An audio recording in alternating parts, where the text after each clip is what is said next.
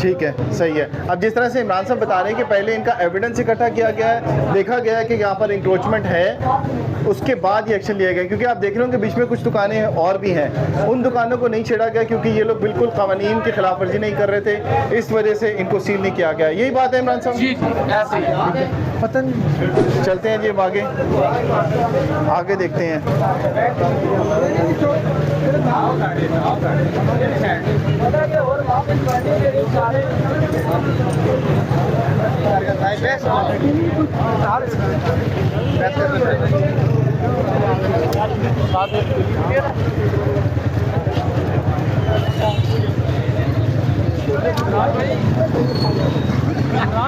यासर भाई,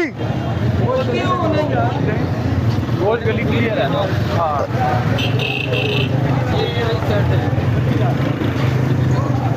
चलो इधर आके वो टैंगो मार्केट पहले चेक कर लेते हैं, उसका विजिट कर लेते हैं, वो भी साफ इमरान भाई अब तक कितने एरियाज को क्लियर किया जा चुका है और किन किन जगहों पे दुकानें सील हो चुकी हैं? आपको मैं दिखाता हूँ, ये मार्केट है, ये टैंगो मार्केट है। ओके, यहाँ पे भी हमने शॉप सील किया है, मैं आपको ये भी दिखा देता हूँ। ये भी इंक्रोचमेंट की पे में ही सील हुई हैं। ओके।